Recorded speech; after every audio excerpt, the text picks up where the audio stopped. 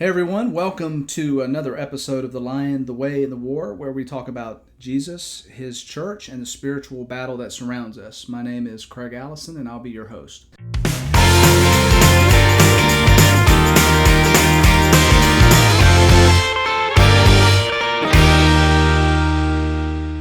Today's guest is Dustin Humphreys, who is the Education and Youth Minister at St. Elmo Church of Christ.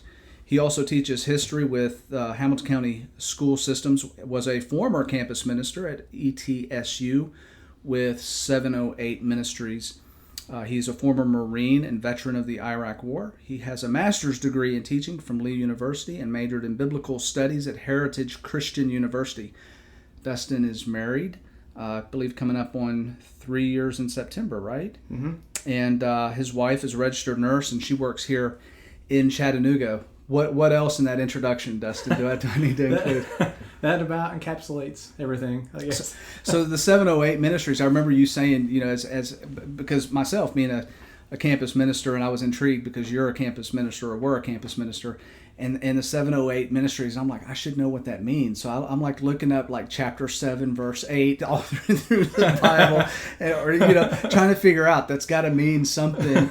And I finally, after way too much trying to research and figure that out, knowing that it had some like significant meaning, I finally decided, I bet that's like on a website somewhere if I actually looked it up. So why don't you tell everybody listening what 708 actually is? It actually is for the address. Yeah. We have a campus house or a college house that we call it at 708 West Maple Street in Johnson City. And that's just an easy way for people to remember the address, is that it's 708 West Maple Street or 708 Ministries. Now, that being said, when I was campus minister, there were times where people in the group or even me, we would like try to find a verse that would fit with it. Yeah. There's not really any that kind of fit with 708. But So, and what time did your devotionals start? We started at 708. On the dot, yeah. So on the dot. And so we kept it that way to keep that same theme of 708. Before it was called 708, it was Christian Student Outreach. But they changed the name right before I got there. And just to keep that 708 theme, we made it 7 anyway. Let's just make it 708 to be unique. It's kind of got a hip sort of vibe there, too. Yeah, so, it's catchy, easy to remember, especially when you're meeting college students for the first time. Hey, 708, 708 Westwood Street, 708 p.m. It's a good conversation starter anyway. Yeah. Like me, what does 708 mean? Anyway, I've been looking forward to sitting down with you and talking to you specifically about campus ministry.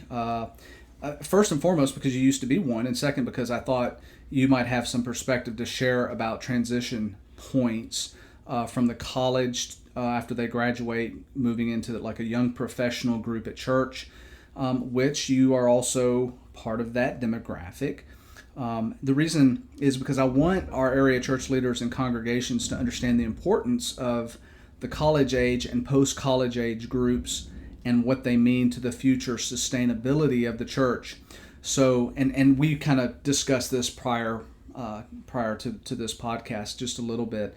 We didn't get into the specifics because I wanted the first time I'm hearing it to be with sitting down with you. So to start, I'll just throw out a very broad stroke sort of question. What is going on right now with churches and young professionals? I mean, when you look at the statistics, we're losing them. Straight up. Whenever you told me about the topic for this podcast, I went and rechecked and looked at some statistics because I'd looked at them in the past before. And I found some with a Lifeway research, and they actually compared from 2007 to 2017, and they were looking at that age range of 18 to 28, 18 to 30.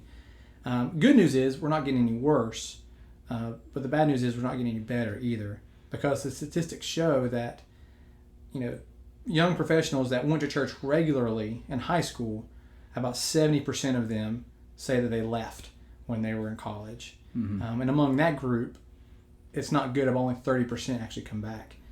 And so because of that, we're seeing a sharp decline in that demographic in the church, which is sad.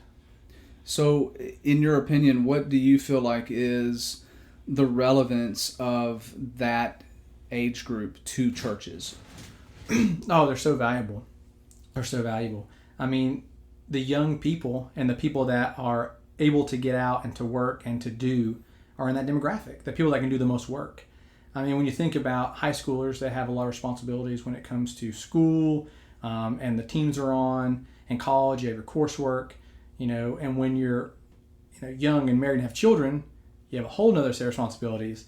And so I feel like that demographic of young professionals can be so valuable to the church as far as I'm not saying they're doing all the work, but they have maybe a little more free time to devote to work, and we need to be utilizing that, and doing what we can to keep them. And then also, that's how you're going to look to a church's future.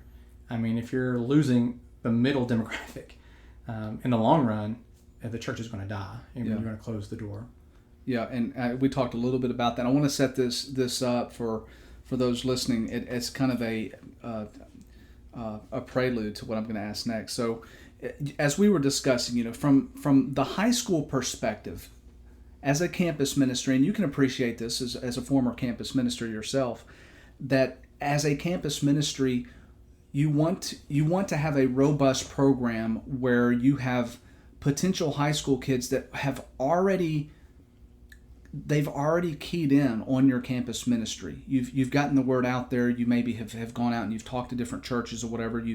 For me personally, what I do here is with the UTC administration, I try to get a list of all the incoming freshmen and see what their church affiliation is, what their background is, and try during the summer months to reach out and promote the CSC so they know that we exist, they know that we're here.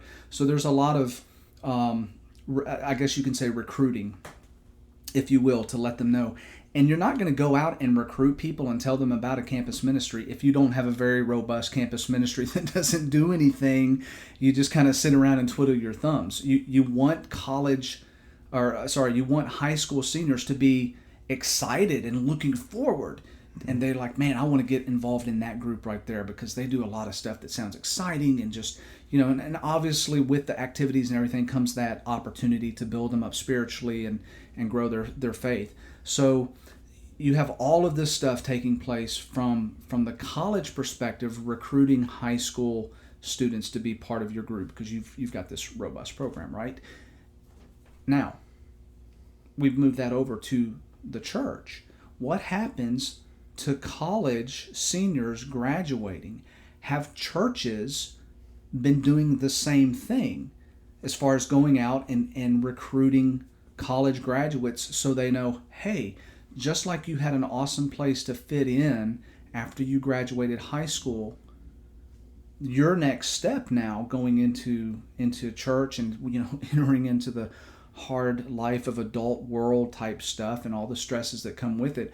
Well, we have this really nice, awesome, robust young professional program here at the church that we really want you to be involved in and take part of, because we're going to continue to build relationships and to grow your faith and to strengthen you, and you're going to have that community of believers that have similar things with you in common, and so you have all this stuff going on.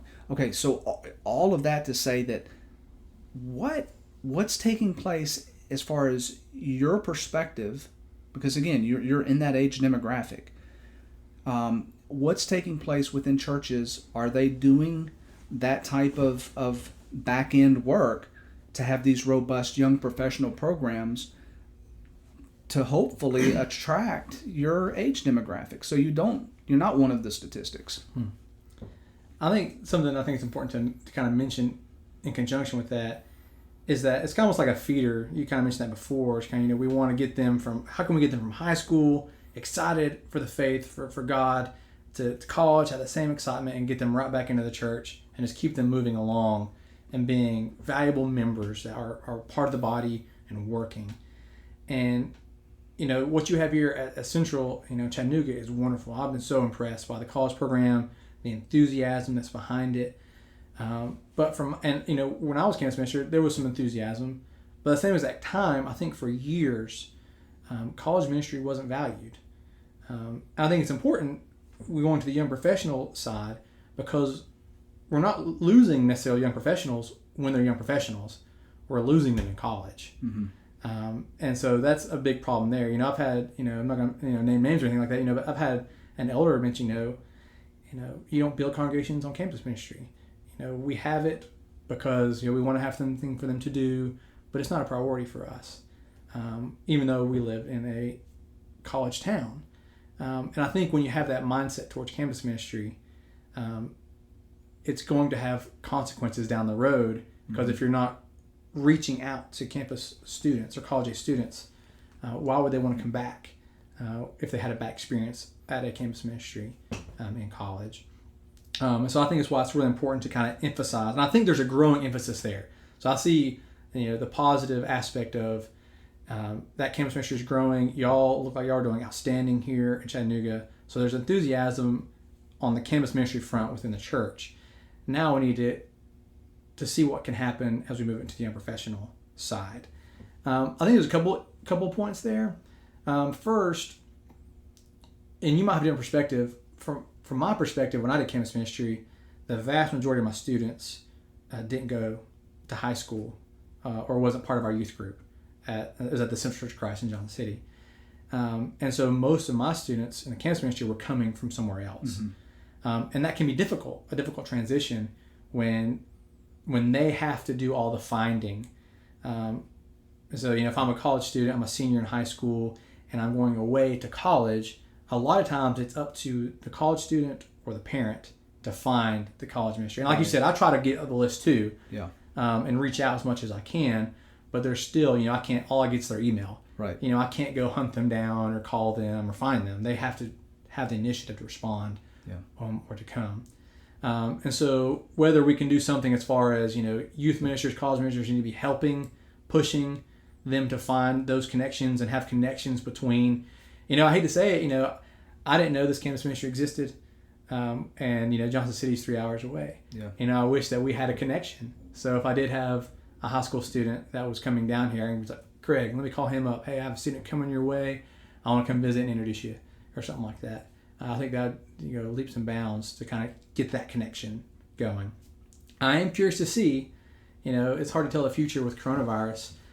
I'm going to predict that a lot of people are going to be staying close to home, maybe for at least this next year, maybe the next couple of years, because I think some people are a little afraid to go out too far away from home to go to college. So I think that might work to our advantage as far as going from our youth group to our campus ministry. But that being said, if you are doing a great job of getting high schoolers involved in your campus ministry, that can roll over into another campus ministry. I mean, if they're just excited about campus ministry and being a part of a group like we have here, that's going to make them want to seek that out more when they get there. And so even if you're working with your own youth group and they're not going to come to UTC, if you get them excited about the potential of being a part of a group like this at their college, that's going to go, leaps and bounds to get them still connected. And of course, now that brings us to where you're taking us to the YoPro side, so the young professional. And I think we've just neglected it. So I think for many years we neglected the campus ministry side of it, and we reaped, the benefits of that, which was, we hollowed out an entire demographic. We basically said, they'll come back. It's not that important. We'll get them back when they're professionals. Well, now they're leaving and not coming back. I'm like, well, now what? So I'm hoping that now we're going to see the benefit. Now that we've seen the benefit of college ministry, the benefit of getting these YoPros back in. And the question is, how do we ease that transition? Because here's another issue. It's the same problem going from high school to college, is that often once you're done with college, you leave again. And so it's not as simple as I went to, there are some exceptions going, youth ministry, campus ministry, now I'm part of the YoPro group. So that can happen. But I think that would probably be the exception rather than the rule. And so I think this is more of a church-wide problem. Because even if Central is doing just a killer job here, and they're doing great work here to attract, college students and young professionals, and they're doing a good job transitioning them, if the church as a whole doesn't have this conversation, you're not going to see any widespread change, I don't think, personally. So I think that's something that we need to address as a community of believers. There is an issue. We are losing people at an alarming rate, and it's been happening for a decade. What are we doing? I don't know if here's a question you have later. It's like, what are we doing to rectify that, to get them back in? Yeah, and I definitely want to talk about that because, from my perspective, as I go around and I talk to different churches, and I see that void, that gap, and church leaders recognize that for the most part too. So some deny it. They're like, that's not an issue, but it is, and they see that as this void within their congregation. Now they may not understand what the long-term consequences of that are, which I think that if a lot of congregations did understand that, they would be way more alarmed and taking this a lot more seriously. I'm scared. That's why I want to talk about it, because I see a decade down the road of a lot of churches having to shut their doors because they just can't be sustained because we've neglected this current demographic that are coming out. And what I'm seeing time and time again is college seniors that at least that go through this campus ministry, and they see what a community of believers can be and can look like, and the type of relational stuff that happens. And then they hit this brick wall as soon as they graduate because they can't find that in churches. Yeah. It's not there. In some, they don't even have a dedicated young professional program. It's just not even thought about. And I think the majority of churches, if I'm being truly honest here, I'm going to give a grade to churches that actually do have a young professional program across the Southeast, throwing everybody in the same pot. I'm going to give them a D minus. D as in dog, a D minus. Because, and obviously a few exceptions have a really nice, robust young professional program. The vast majority do not. And you being squarely in that demographic, you've walked into several churches, that you've been a part of, and you've seen firsthand, the young professional programs that they have or the lack thereof. So do you mind speaking to that as far as, what you've personally seen? So, like I said, I have hope for the future. And one reason is, at Central in Johnson City, where I worked as a campus minister, not long before I left, we didn't have a young professional group there. I mean, we had a congregation of 350, 400 people, and we didn't have a young professional group. And we had youth group, campus, and then you're all adult, you're in the auditorium class now.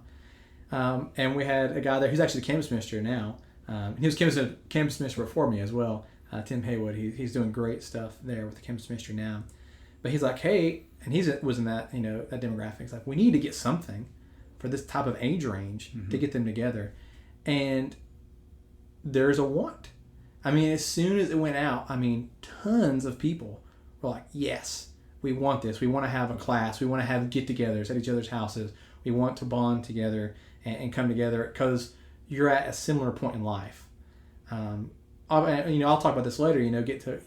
Our strength is our unity across all generations, but there also is that need to bond with someone who's where you are in life, understands the stuff you're going through. Right. Yeah. And even an older generation that could understand generally what it's like to be that age. They experience that age at a different time period. Yeah. And it's there's similarities, but there are also differences. Yeah. To that. But walking, when Chelsea and I moved here to Chattanooga, we visited a bunch of different churches. Some that didn't have young professional groups, some that did. You all had one here. We became members here for a while when we first moved here. And we were impressed by the young professional group here. The fact that you just had one, that we could go and be a part of a group that's our age, that's discussing issues that we care about. Because the issues you care about, can differ throughout life. Yeah. To what's important to that stage of your life. And so, about a year after we moved here, I was offered a position to help out at St. Elmo Church of Christ, dealt with their education program. So it's kind of an all-encompassing term. So I kind of work with the youth, but also work with just the education program, the curriculum, all the way up from, credit roll to, young professionals. And it's a small congregation. On Sunday morning, before the coronavirus, we were having about 65, 70-ish a Sunday morning attendance probably. And one thing that they wanted to do, and I was excited to do, from what I saw here at Central, here in Chattanooga, it's like, we need to get a young professional group. We need to get that going, even if it's small. Let's get this going. And once again, I was surprised that, yes, everyone was like, let's do it. And we even saw some growth there. We had some younger families start joining when they would show up and we're like, yeah, we have, classes for your kids. Yes, we have classes for young professionals, the younger demographic, younger adult demographic. That's appealing to people, that they know that the church cares. I mean, if anything, it's not like you're church shopping and saying, oh, what does the church can offer me? Yeah. More than anything, it shows that they care enough about our demographics, my children, me, that they're going out of their way to try to provide something for us, if that makes sense. Yeah. And so, like I said, I think as a whole, we're around D. But I think there is hope, and I hope that as people are seeing how good campus ministry can be, and seeing more and more young professional groups sprouting up, that will become more common rather than the exception, I guess. Yeah, and I've thought about, one of the things that we do here, and I've heard enough people say, about the Christian Student Center that it's a great program for these college students. I mean, it does grow their faith, and we've had a lot of baptisms and a lot of conversions, and they get a very unique taste of what, I call the Acts 2 kind of church, that relational trust that we have with each other, and the love and it's a great place to be. And it's almost like we create this, I'm going to say, unrealistic, unattainable way of viewing the church, because, and don't get me wrong here, it is in a way unfair, because once a person graduates, in college, Dustin, you know this, and while you're in college, I mean, it's a lot easier to have that community, because, most college students don't have full-time jobs. They don't have a family to support. And so, they can come and hang out here on a daily basis. Once you graduate college and you get married and you have a family and a home, car payments and all of this other stuff, you can't just go hang out. So there's definitely a hindrance there to it. So that kind of leads me into my next question, and you touched on it a little bit. How does the church kind of pull back from this and first of all understand that is, at least here at the Christian Student Center, that is the paradigm that's being created by this campus ministry, and we've set a high standard. Okay, what does the church do to think creatively about how they begin to think about and develop a young professional program that isn't going to mimic what we did here, but is going to be a transition, a step into something that's not exactly the same, but is still, it fits with that stage of your life and does what it needs to do, which is, number one, it grows you spiritually and keeps you faithful to Christ. And number two, instills in you the need to continue to pass that on and to grow the church and to evangelize and to disciple other people. As we jump into that, it made me think it's very similar to the phenomena that happens when you go to Bible camp for a week, and you have that just environment of like Acts 2, and you're with each other every day, and you're just praying and you're singing, and then you come home and you're like, what? This isn't the church, or if you go to, I didn't go to Christian college, but if you go to like a Christian college, it's almost like camp for 4 years, and then you go into the workforce, it's like, man, this isn't real life. And so, and I definitely understand that idea of close knit. Now we're expected to have all these responsibilities. I think a big thing is that churches need to put the effort in to invest in this. Now, I'm not saying, I'm not the type of person that's like, we need a minister for everything. If you're a large congregation, I mean, this is what your congregation's like. Sure, I think it'd be wonderful to invest in a young professional minister that is going to cater to those people and provide that environment. Obviously, it's going to be toned down. People have jobs. But even just, simple things is like having, a bi-weekly or a weekly gathering that you might not be able to come to everyone, but knowing that they're there and that people are going to them, that there are those opportunities for fellowship outside of the normal Bible classes, things like that.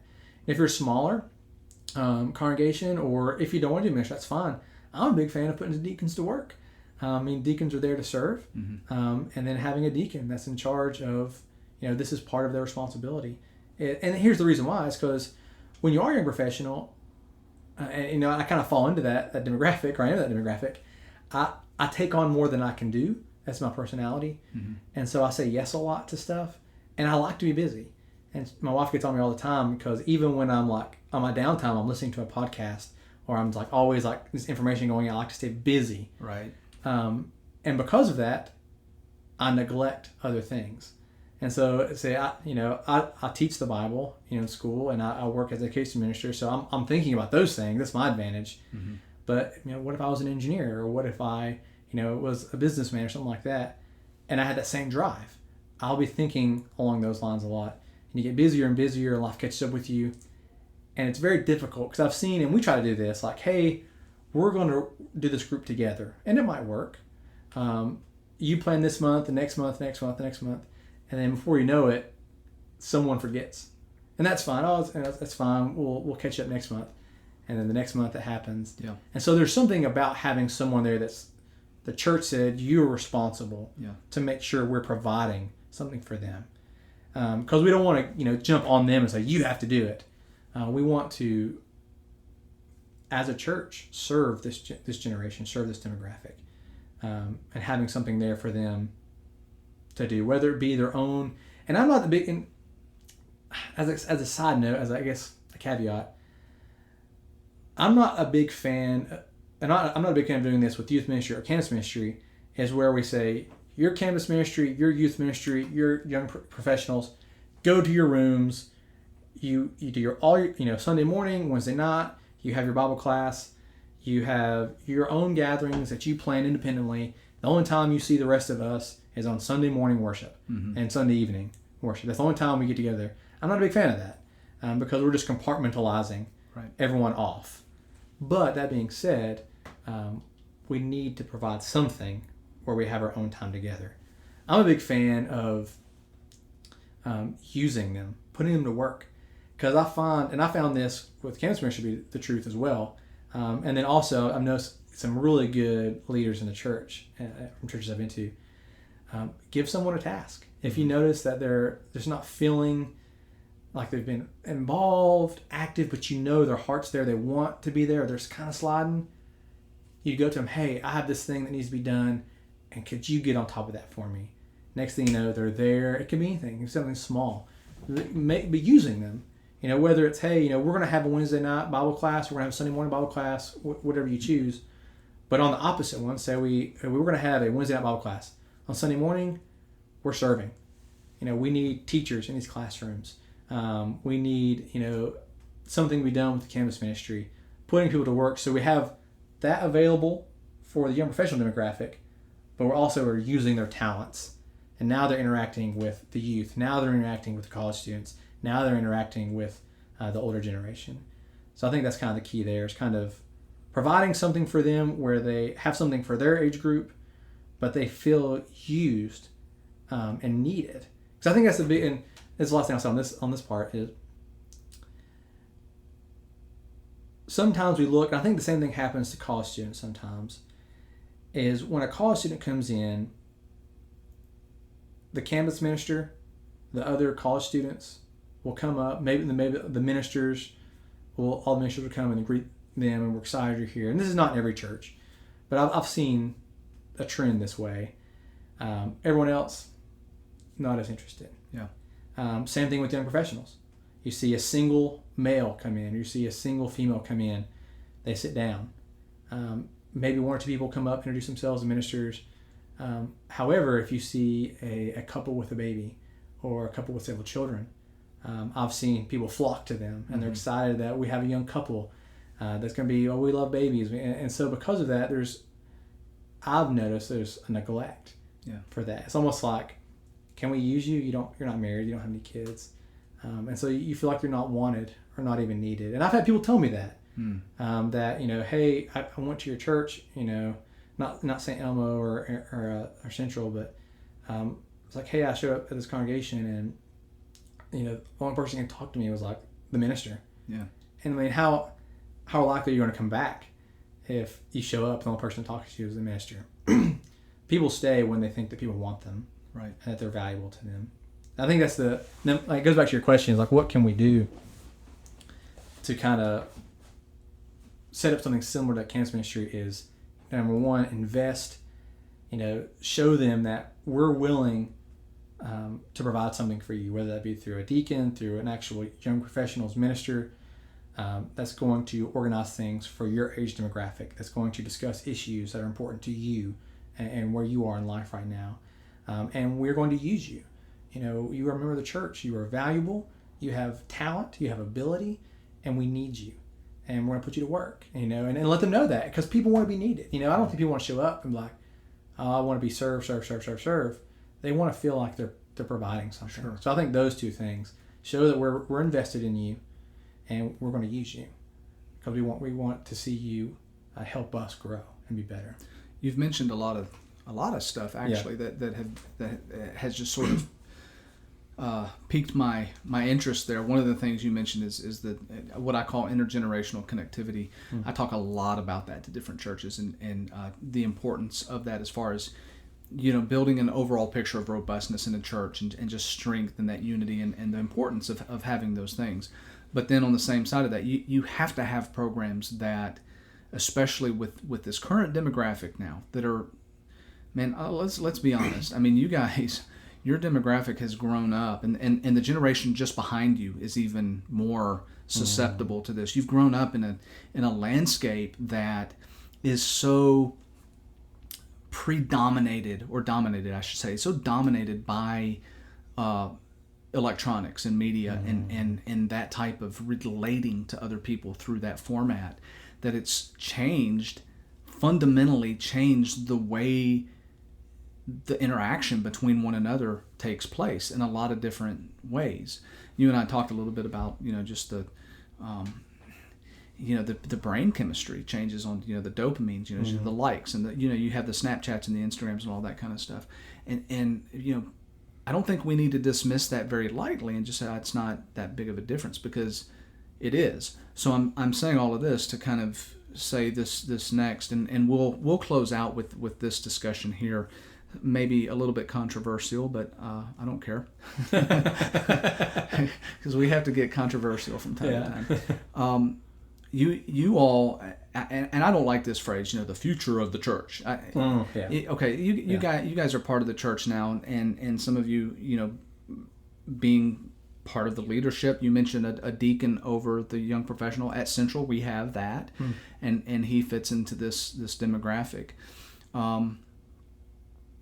So projecting forward 15, 20 years down the road, and you guys experiencing, society and culture the way you're experiencing it, what does church look like 20 years down the road? Is it the Sunday morning, Sunday night, Wednesday night thing that your grandparents and great-grandparents and just, generation after generation have been doing? Or do we change do you see a change in the future on the way we do church? Not doctrinally. I'm not talking about, we're going to be, doing things that are not scriptural, but I'm just talking about the traditions that we have so ingrained. Does that look any different as your generation steps into this and becomes the leaders of the church? I hope so. And like you said, it's not that we're doing something unscriptural. It's that we don't like change. I think we're just kind of hardwired, especially, and I've noticed this, I'm still young. I just turned 31 on Monday. But the older I get, the less change I like. Mm-hmm. And I think that's just a part of getting older, is you get used to your patterns, the way you do things. And when someone wants to do something different, you just want to immediately correct them and say, no. This is how you do it, because this is the right way to do it. And it might not be the right way. It might be a good way, but not be the right way for every situation. And I think that's one thing that can turn off young professionals to a church, is if you show up and they're coming in with different ideas like technology, the ways of interacting, and they might have suggestions to do something a little differently. I think a lot of times there's the initial kickback to, we're not doing that. I think we need to be open. So for instance, here, one thing that Chelsea and I really liked here at Central when we went here for the first year we were here, before we started working with the congregation at Elmo, is it every other Sunday or you do, what's it called? Power nights. Power nights. Yeah. Where every other Sunday, instead of having a normal Sunday evening service, you all would have at the devotional, and then you would have different activities for your members to do. And it was just something a really cool idea. And, because people that wanted to do Bible study, you could go to the classroom and they would have someone there that would, dig deeper into the devotional topic. Mm-hmm. But you would also have activities. For instance, one time I was out there and we were weed eating around the building and cleaning up. There were activities going on inside the building as far as creating things or preparing for your big giveaway. And in those moments, those opportunities, you actually have time for like a meaningful interaction between people. A lot of times when you come together and you're only there, you say hi when you show up, you're probably running late anyway. You get there, you're there for Bible class, you listen to the speaker, you say hi for 5 or 6 minutes after worship, and then you're gone again. And not taking away from preaching, because we need good solid preaching, but there's something to say about that good quality time that we spend together, just talking and interacting and just discussing life and what's going on at your house and what's going on at my house, and how's your faith and how's my faith, and just enjoying the company of fellowship and that we don't normally get. I think a key point that we forget is that, the world has, and we've talked about this before, the world is getting bigger, smaller, however you want to look at it. 50, 60 years ago, everyone lived a lot closer together and went to the same church nearby. And so, they had that Sunday morning, Sunday evening, Wednesday night, but they saw each other outside those times and they lived near each other. They were neighbors, kids played together. But now as we're living further and further away, it's hard to drive a lot, back and forth to church several times on one day. And you mentioned this to me before, that you drive a lot coming back and forth to church. Mm-hmm. It's just, you get there and you might feel frustrated, you're tired, and you don't feel like you're getting, or actually you're not putting in your everything into the actual service. And so I think it's just rethinking, what is the most expedient and best use of our time today? Because I think that young professionals want quality time. They want community. And I think, the model that we've been using for 50, 60 years worked perfectly fine for the several decades. But as we grow and we live further and further and further away, we're not neighbors, with people that we go to church with. Yeah. They can live, 30, 40 minutes from us. And the only time we see them is at church. And so maybe rethinking the time we have there. Not taking away from the scriptural, mandates and the standard. We follow God's word first, which is why corporate worship is so important, but being creative. And one thing we do at Central, or not Central, but at St. Elmo, we do it once a month. And I wish we do it every Sunday. It's called Churchy Church, where we come together for corporate worship, like we always do. Then we have a meal together for about an hour, plenty of fellowship, plenty of laughs and discussion. And then we come back together again and we sing. And then that's it for the day, and we go home. And so it takes away some of the stress, especially of people who have children. People that have children know it's hard, especially younger children, getting them up, getting them dressed, getting them moved, getting them in the car. They feel less stressed because they don't feel like they have to rush back home just to eat something or to give them a nap, just to get them right back ready and rush back. Yeah, and I mean, Dustin, it's a scary thing for my generation to look at that, and to us, that seems like such a massive change. Mm-hmm. But when you stop and you look at it for what it is, before the coronavirus hit, we have once a month we do our fellowship meal, and on this particular Sunday we had our morning church worship, and then we had our fellowship meal over at the building, and then everybody came over here to the student center. Now I know every church doesn't have a student center. We're fortunate that we have that and we could utilize this space. But everybody came over here, and then we had dessert and coffee, and we fellowshiped some more, and then we just all sat down in this like kind of family vibe, in our big living room area here, and organically, we just started singing songs, and we had some prayers, and then David got up and he had a brief devotional. And so when you look at it, you break down the time that we would normally spend on a Sunday if we had Sunday morning worship and then we came back Sunday night. We actually were together more on that Sunday, hour-wise doing Church Eat Church, but it was a lot better use of our time, and we had more fellowship, and after that was over with, I had so many people, my generation, young, old alike, come up and saying, "Wow, this was great. This is something that we just don't," and they were loving it.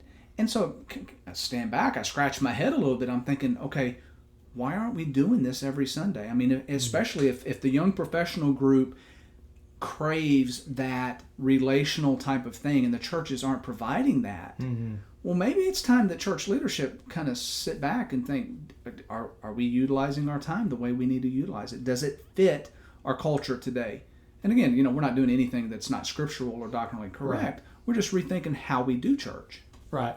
And, at St. Elmo, we have had different discussions on how to possibly do different things to be more expedient with our time, more effective with our time. And you expect there's going to be some resistance. And it's just, and I don't doubt the sincerity of people who are hesitant for change. They do it out of goodness of their hearts, I think, most of the time. But when you do something a certain way for your entire life, I think your initial response would say, hey, let's not do what you've been doing. Every Sunday night for the past 55 years of your life, you knew where you were going to be on Sunday night and what you're going to do. And so when someone comes in and says, hey, let's do something different, sometimes it's hard to just accept that. And it's like, well, I don't know. But there's hope, because some of those people that I've talked to that had those thoughts, because they don't want to do less. That's the one. I was talking to this one individual that was saying that, and he's like, I'm not against that. It's like, I just feel like I want to do less. And it's like, exactly, we're not going to do less. We want to do more quality. Yeah. Because with Church Eat Church, you're really not doing less. You're actually doing more time. Like you were kind of mentioning, it's like you're actually together more on a Church Eat Church than you would be on a Sunday morning and a Sunday evening. Yeah. And it's more quality, and it's at the beginning of the day, and you have the rest of the day for freedom, to be with your family, and to do other activities like, feel like you're rushed and things like that. And so I think for the future, as my generation starts getting into more leadership roles, I think you're going to see a transition towards things like that. Yeah, I definitely get on board with that. I think it's respecting people's time more and taking into consideration. Something that I was surprised to hear was some of our elderly members coming up afterwards and saying, I like this a lot more because in the winter months, I don't want to drive at nighttime. Talk about the geography, and we're more spread out today, so you don't have that community that could just walk to church or whatever. And with some of our elderly folks, they don't get back out and drive after dark, and so they're kind of isolated doing the traditional thing on Sunday nights. They can't return, but doing what you're talking about actually takes them into consideration and provides them that time that normally during the winter months they would be missing, the coming together and the fellowship of Christians. Oh yeah, and I don't want to paint with a broad brush. I do that sometimes. It's not all elderly, the older generation that would hate it, because it is kind of surprising when we talk about it at St. Elmo. Like the people that are like, oh yeah, that sounds great. That's something that we should really look into doing, because I think a lot of the older generation are starting to realize that there are not a lot of young professionals in the church anymore. And they're excited to see young professionals excited to be at church and excited to be involved. Yeah. And they're getting older. And I've had discussions with some of our elders and some of our elder people. They're getting to an age where it's hard for them to do the work. Yeah. I mean, the physical stuff, to be active and go. And it's hard when you look and there's no young people there. And so it's, for a lot of them, it's actually a breath of fresh air, saying like, we got young people here that want to work, that want to reach the community, that want to do good and carry on our mission. St. Elmo has been here since, I think it's 1913, which is almost as old as Central. And they're looking, we want St. Elmo to be here for another 100 years. Sure. I'm sure you want the same with Central. You want to see the next generation take on with the same, enthusiasm, the gospel that never changes, but using our time wisely, within the bounds of the gospel to reach the next generation, to get them feel like they have that community with each other and with the older generation as well. Yeah, I agree with that for sure. Closing thoughts or comments? Yeah, I mean, just going back to the young professionals and what we can do, I feel like they just need to see that we care about them, that we are willing to, number one, to invest in them. Whether that is providing either, if you're a larger congregation, it's something you can do at your church, hire a youth minister, or a young professional minister whose goal and mission is to reach that demographic, put a deacon in charge, or do both. Have a minister and a deacon if you can. Put them to work, because that shows people when they show up that they're already thinking about us. They have us in mind. They want us to be here. Just the fact that you're building something for them. And number two, invest in them, use them. People want to be where they're being used, and being beneficial and utilized to the best of their abilities. They don't want to show up somewhere and feel like they're just taking. I want to be here and say, hey, you know what? We want to use your teaching ability. You want to use whatever skills you have to help around the building, to help whatever ministries that we have going. You have skills that we need, and you're going to make us better and launch us into the future. And then, of course, the last thing, and I didn't really mention this a lot earlier, is we need to be addressing issues that young people want to talk about. They're really involved in social issues, moral issues, and even political issues. And I'm not saying that you bow down to certain political ideologies or anything like that, but you need to have an honest discussion about them, because they're thinking about them, because their friends they're talking to are thinking about them. The people they work with are talking about these things. And the big issue is, if we don't talk about them, if we don't teach the biblical perspective, what the Bible says about issues, they're going to find an answer for those issues, and they're going to find a secular worldview that's ultimately going to lead them away. So, invest, show them that we value them, and let's talk about issues that they want to talk about as well. Great points. So, the people listening to this, their takeaway on this last part is going to be, Dustin and Craig are calling to cancel Sunday night, Wednesday night worship. And that's not necessarily what we're saying, but I think that, we do need to think about those things and how we do it, and if it does make sense. So those listening, if you want to have a takeaway on this, it's Dustin is the one that's trying to cancel. No, not true. It's not Craig. Dustin, thanks for joining me today in what I think is very insightful and a needed conversation. I appreciate the work that you are doing with the ministry there at St. Elmo and teaching, obviously. I'll continue to pray for you and hopefully that the work there at St. Elmo and you yourself will be blessed. As always, folks, your feedback and suggestions are extremely helpful, and we want to have guests that and discussions that are relevant and of interest to you, the listener. So please let us know what you want to hear. Leave us feedback and critique. And if you like what you're hearing, please share this with others so they can benefit from our conversations. Final thoughts. 1 Corinthians chapter 7, verses 22 through 24. For he who is called in the Lord as a slave is a freed man of the Lord. Likewise, he who was free when called a slave is a slave of Christ. You were bought with a price. Do not become slaves of men. So, brothers, in whatever condition each was called, there let him remain with God. Until our next podcast, love one another, be kind to one another, and have a blessed week.